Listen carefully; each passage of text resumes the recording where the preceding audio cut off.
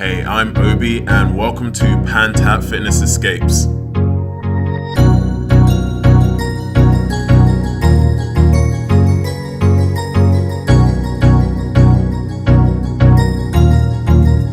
In today's video, we're going to talk about two pieces of equipment that if you travel, these are a travel must.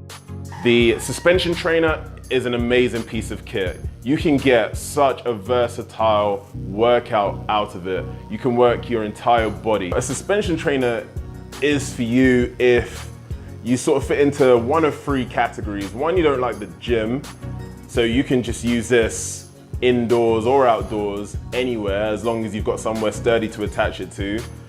If you need to travel light, or if you don't have very much space, because believe it or not, you can get a good workout in as much space as it takes you. So if you could lie down on your back in a room, then you've got enough space to use one of these.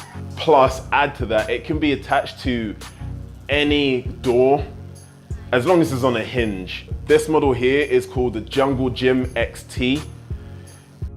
You can actually purchase them on Amazon for almost the same price, which is about £100.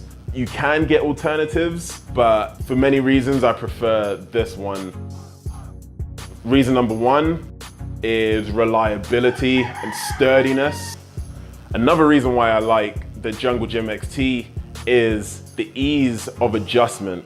So to adjust it is really simple. All you need to do is pull on red tab and just pull, and you can lengthen and shorten it, and it's just really that simple.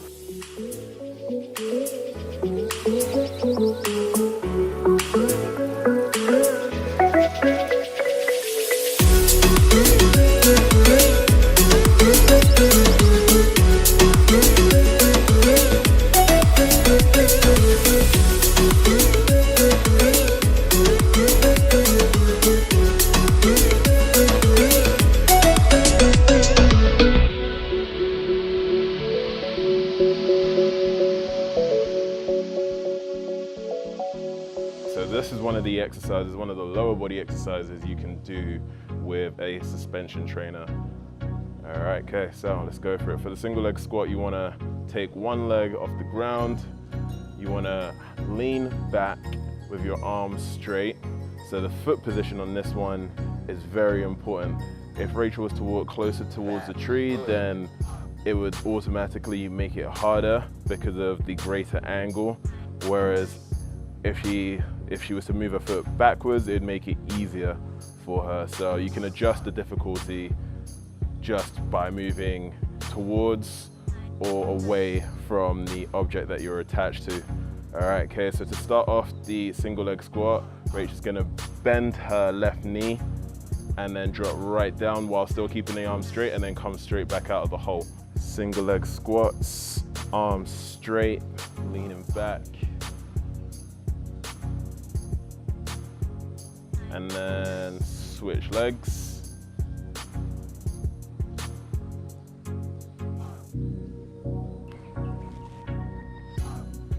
And that's a single leg squat. So an upper body exercise you can do on the suspension trainer is a push-up. To start with a push-up, again, get your foot position set. So the closer you are to the object of fixation, then the harder it's going to be. Also, you can actually lengthen the straps using this mechanism right here. So you wanna bend the elbows and then bring your chest to the same level as the hands, keeping the elbows away from the body, but not too high. So elbows in line with the shoulders.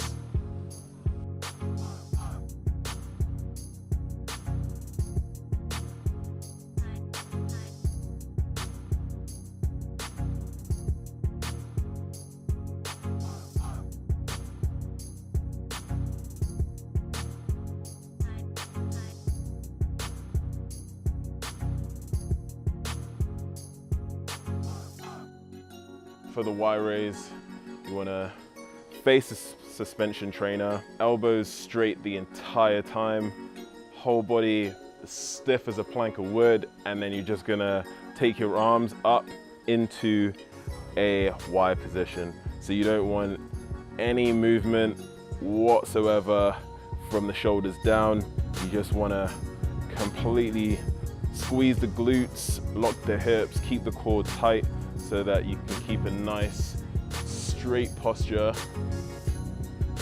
and then pull the arms overhead, forming a Y position. The second piece of equipment that I'd recommend if you're traveling would be resistance bands. Very versatile, maybe not as versatile as say the suspension trainer, but when combined, there's nothing you can't do. But with resistance bands, you're quite limited to the strength of the band. So if you're used to lifting very heavy, then you're gonna have to really adapt your style of training while you're using these and opt for some higher rep work.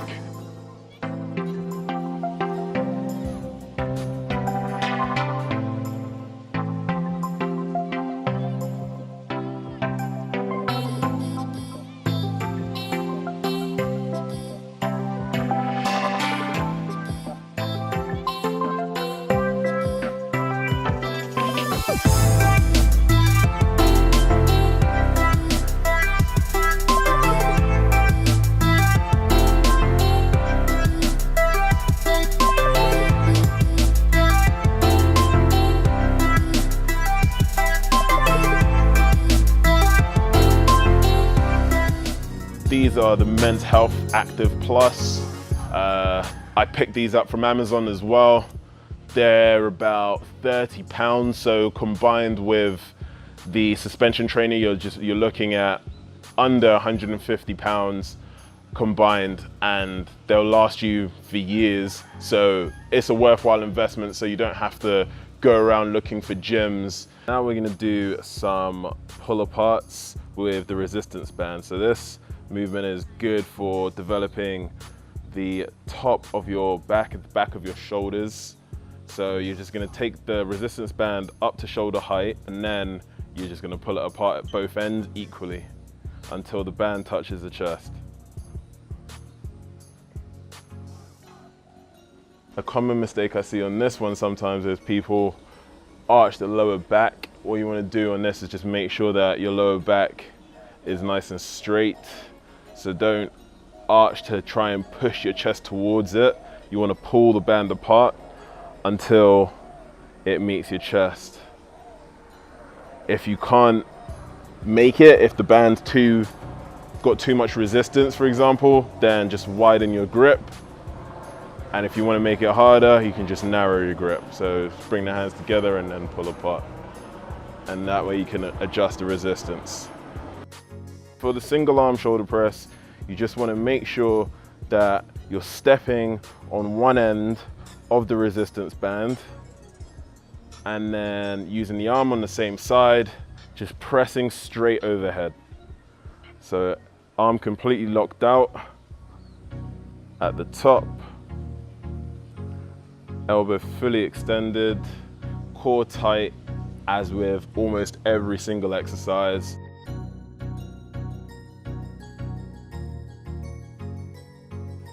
Okay, so now we're gonna do a lower body exercise. We're gonna do some resistance band squats. So now both feet are on top of the resistance band. You can control the difficulty of the exercise based on the width of your stance. The wider the stance, the more difficult the exercise is gonna be.